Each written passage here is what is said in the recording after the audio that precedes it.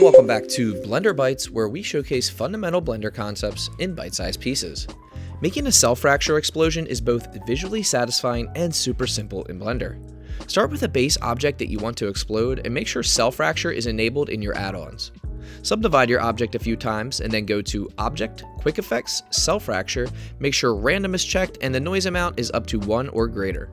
Now click OK and your object will be broken up into tiny chunks.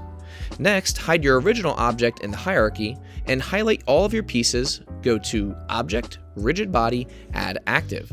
Now transform your pivot point to individual origins and scale down your pieces slightly. If you want your pieces to simply fall on the ground, add a plane underneath with a rigid body type passive. But if you want them to explode, turn your gravity to 0 and add a rigid body type passive to the center of your objects, which will force all the fractured pieces outwards. Now press play and your pieces will be forced away from that center object, creating an explosive effect.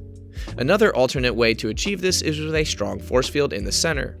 And congratulations, you've created a cell fracture explosion in Blender.